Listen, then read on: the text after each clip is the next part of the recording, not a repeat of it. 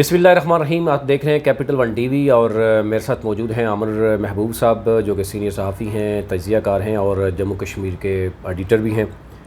जैसे कि आप जानते हैं कि हम मोस्टली बात करते हैं आज़ाद जम्मू कश्मीर के मामलात पे, तो जो आपके सवालात होते हैं उनके कोशिश करते हैं कि उनकी तमाम तर डिटेल आप तक रखें। एक तो ये हालिया जो है मुस्लिम लीग नून की जो तंजीम साजी हुई, फ़ारूक हैदर साहब का मुस्तकबिल के बारे में बहुत से लोग जानना चाह रहे थे कि उनका मुस्तकबिल क्या होगा और क्या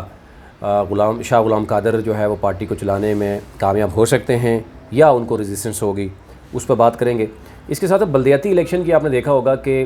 बाकायदा तौर पर इलेक्शन कमीशन ने प्रेस कॉन्फ्रेंस की और हुकूमत ने उसमें एक क्लेवरनेस शो करवाई है कि उन्होंने बजट नहीं रखा, जबकि अदालत के पहले से रिमार्क्स और अहकाम जारी किए गए थे कि अगस्त में इलेक्शन होगा और इलेक्शन कमीशन ने एक शेड्यूल जारी कर दिया और एक टफ़ टाइम दे दिया गवर्नमेंट के लिए कि गवर्नमेंट अब इसमें क्या करेगी। क्या बल्दियाती इलेक्शन कैंसिल कराने के लिए कोर्ट में जाएगी तो आवाम के सामने आ जाएगी कि इसका मतलब ये है कि मुंतखब हुकूमत ख़ुद नहीं चाहती कि बल्दियाती इलेक्शन कराए। इसके साथ साथ वज़ीर-ए-आज़म आजकल जो है वो छापे मार रहे हैं, आपने देखा होगा।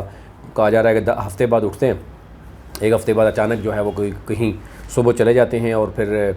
उन्होंने पहले से माइंड बनाया होता है कि इसका मतलब करना है। बेशक वो छोटे अफसर से करवाएं या बड़े से करवाएं, लेकिन कोशिश वो ज़रूरी है कि आज की ख़बर ज़रा फिर 5-6 दिन के तक वो सफ़र करते हैं, उसके बाद फिर वापस आते हैं। आमिर महबूब साहब, पहले तो इस पर बात कर लेते हैं कि नून लीग जो है वो फ़ारूक हैदर साहब को अब कश्मीर से ही निकाल दिया गया, क्या इस पर रद्द-ए-अमल आएगा? वैसे देखिए नवीद साहब के हम पहले लास्ट प्रोग्राम में भी हमने बड़ा डिटेल जिक्र किया था कि फ़ारूक हैदर साहब को मरकज़ में एडजस्ट किया जा रहा है और मरकज़ में जो ओहदा है वो सिंबॉलिक ओहदा है। जैसे सरदार सिकंदर याद साहब जब बहुत बुज़ुर्ग हो गए थे और वो सियासत से किनारा कश हो गए थे तो उनके लिए उन्होंने मरकज़ी नायब सदर का ओहदा रखा था, बल्कि सिकंदर याद साहब के लिए सीनियर नायब सदर का ओहदा रखा था। और फ़ारूक हैदर साहब जैसे हमारे राजा ज़फ़र से उनको चेयरमैन बना दिया था। फ़ारूक हैदर साहब जो हैं वो नायब सदर बनाए गए हैं, तो बज़ाहिर यही लगता है कि फ़ारूक हैदर साहब के जो सियासी मुखालफिन थे या फ़ारूक हैदर साहब के जो मरकज़ में मुखालफिन थे और जिनके साथ फ़ारूक हैदर साहब का रवैया अपने दौर इक़्तिदार में और दौर सदारत में मुनासिब नहीं रहा, तो उन सारे लोगों ने मिल के फ़ारूक हैदर साहब का बंदोबस्त कर दिया है और शायद फ़ारूक हैदर को किनारे लगाने में कामयाब हो गए। जहाँ तक ये ख्याल है कि अपना शाह गुलाम कादर साहब का, तो अभी उनका नोटिफिकेशन मतवक्को है। वैसे तो जब पिछली बार भी इनके नोटिफिकेशन एहसन इकबाल साहब और वो कहते हैं कि क्योंकि एहसन इकबाल साहब और शाहिद खाकान अब्बासी साहब जो हैं ये लोग बेसिकली फ़ारूक हैदर साहब के हमायती लोग तस्वर किए जाते थे, तो ये हमेशा से ये कोशिश होती है आखिरी टाइम पे कि कोई ऐसी चीज़ बचा ली जाए और डिले करने से दरमियान में कोई अच्छा मैनेजर मैनेज कर ले। लेकिन क्योंकि ये मैं बताऊँ कि इस बार फ़ारूक हैदर साहब के हवाले से जो सबसे मेजर प्रॉब्लम था कि फ़ारूक हैदर साहब गुज़श्ता कुछ दिनों से अपना जो ट्राइब है राजपूत ट्राइब उसे बहुत एक्सप्लॉइट कर रहे थे और मुसलसल जो है वो कोशिश कर रहे थे कि उनके ज़रिए जो है प्रेशर डाला जाए और एक सोशल मीडिया कैंपेन भी उन्होंने लॉन्च की हुई थी और अपने जो साथी हैं उनके ज़रिए पूरी क़ुव्वत के साथ लगे हुए थे, लेकिन उन्हें रिस्पांस इसलिए नहीं मिल सका क्योंकि जो राजपूतों की क़यादत थी अब उसमें जो मुज़फ़्फ़राबाद में राजा फ़ारूक हैदर साहब के अलावा 2 बड़े राजपूत हैं जिनके हवाले से आप कहा जा सकता है कि वो सियासत में बहुत उनकी मुदाखलत है और मुस्लिम लीग नून में एक मोहतरमा नौरीन आरफ साहिबा क्योंकि मोहतरमा नौरीन आरफ साहिबा का एक बड़ा जो है वो सियासी बैकग्राउंड भी है और शायद वो आज़ाद कश्मीर असम्बली में बहुत ज़्यादा बार जो है मुंतखब होने वाली खातून है और जो 2 बार डायरेक्ट इलेक्शन के ज़रिए भी वोट लेके कामयाब हुई। इससे पहले 2 बार कोई खातून डायरेक्ट इलेक्शन जीत के इलेक्शन में कामयाब नहीं हो सकी थी और इसके अलावा 4-5 बार जो है मोहतरमा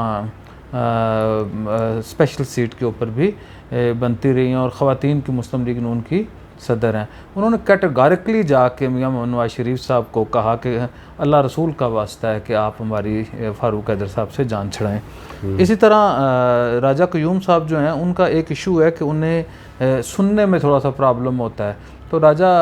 अब्दुल क़यूम साहब जो साबिक़ वज़ीर हैं, साबिक़ सीनियर वज़ीर हैं और खावड़ा से इलेक्शन लड़ते रहे हैं, पाकिस्तान पीपल्स पार्टी आज़ाद कश्मीर के सदर लतीफ़ अकबर साहब के सियासी हरीफ हैं, बड़ा सियासी कद काठ है उनका भी, तो उन्होंने क्योंकि वो इंग्लैंड जा नहीं सके तो उन्होंने बाकायदा जो है एक वॉइस नोट जो है वो रिकॉर्ड करवा के फ़ारूक हैदर साहब के लिए भिजवाया। इसी तरह अगर हम क्योंकि पुंछ में राजपूत तो नहीं है लेकिन बाकी भी सारे लोग उधर जो नजीब नकी लोगों का फैक्टर था, या बाकी जो बासर लोग थे, जो अजीज़ साहब का तलक पहुँचते था, इस तरह जो बाग से लोग थे, मुश्ताक मनाज साहब समेत सब लोगों ने फ़ारूक हैदर साहब, मुश्ताक मनाज साहब भी क्योंकि बाग से राजपूत हैं, पुंछों की एक ही वो सीट है जहाँ पे राजपूतों का हल्का है, तो वहाँ पे मुश्ताक मनाज साहब ने भी फ़ारूक हैदर साहब की डट के मुखालफत की। इस तरह जो पुंछ के राजपूत थे वो भी फ़ारूक हैदर साहब के साथ नहीं थे, और कुछ जो राजपूत बरादरी का एक बड़ा हिस्सा था जो नारमे राजपूतों का था, वो कर्नल नसीम साहब के साथ जो रवैया रखा फ़ारूक हैदर साहब ने, और जिस तरह वो ये समझते थे कि शायद फ़ारूक हैदर साहब उनकी मौत का सबब थे, तो वो भी सारा एक किस्म का जो पूरा एक कबीला है वो भी फ़ारूक हैदर साहब को उस अंदाज से शायद नहीं देखता जो फ़ारूक हैदर साहब की जिस तरह की रिस्पेक्ट है। तो इस तरह पुंछ में मौजूद राजपूत और धीरकोट में मौजूद जो थे कंसिडरेबल जो हैं, इफ्तिखार अयूब साहब, वो भी मुस्लिम लीग नून के साबिक टिकट होल्डर थे, उन्होंने 18-20 हज़ार वोट भी लिए थे, तो उन्होंने भी एक वॉइस नोट के ज़रिए हमारी इत्ला है कि मियां नवाज शरीफ साहब से दरख्वास्त की थी कि फ़ारूक हैदर साहब के साथ चलना मुमकिन नहीं है। अब हम अगर साउथ में आ जाएं तो साउथ में सबसे बड़ा ख़ानदान जो था वो राजपूतों में सरदार सिकंदर याद साहब का ख़ानदान था। उनके साहबजादे सरदार फ़ारूक सिकंदर साबिक वज़ीर, साबिक मेंबर कश्मीर कौंसिल, उनके भाई सरदार नईम साबिक वज़ीर, साबिक मेंबर कश्मीर कौंसिल, वो फ़ारूक हैदर साहब की वजह से पार्टी छोड़ गए थे। सिकंदर याद साहब फ़ारूक हैदर साहब की वजह से पार्टी छोड़ गए थे। जब उन्होंने दोबारा पार्टी में शामिल होने का ऐलान किया तो उन्होंने ये शर्त रखी कि हमारा ये जो तकरीब है जिसमें हमने पाकिस्तान मुस्लिम लीग नून जो है वो ज्वाइन करनी है, तो उसमें भी उन्होंने कैटेगोरिकली ये कहा कि हम जो है किसी सूरत जो है फ़ारूक हैदर साहब को इस तकरीब में नहीं होना चाहिए। और कोशिश के बावजूद, जिसमें राज़फ़ुल हक़ साहब समेत बड़े लोगों ने कोशिश की कि वो फ़ारूक हैदर साहब पार्टी प्रेसिडेंट हैं, साबिक 2 बार वज़ीर आज़म हैं, आपके ख़ानदानी मरासम में आपके अजीज़ों में से हैं, तो उनकी ये पहली शर्त थी कि अगर फ़ारूक हैदर साहब उस तकरीब में भी आए तो हम शामिल नहीं होंगे। इसी तरह राजा नसीर साहब, राजा नसार साहब जो हैं वो फ़ारूक हैदर साहब के साथ ही रहे हैं, उनके हवाले से मेरे पास इत्ला नहीं है, लेकिन राजा नसीर साहब जो हैं साबिक वज़ीर भी हैं और राजपूतों की सियासत भी करते हैं। राजा नसीर साहब भी फ़ारूक हैदर साहब के इस ओहदे से हटाए जाने पे खुश लगते हैं। तो ये जो सूरत हाल सामने आई है, इसी तरह जो है वो माजरीन में राजपूतों की सिर्फ एक ही नशिस्त है, राजा सदीक साहब जो माजर जम्मू 6 से मेंबर असम्बली हैं, साबिक डिप्टी स्पीकर भी रहे हैं, वज़ीर भी रहे हैं, तो उन्होंने भी फ़ारूक हैदर साहब की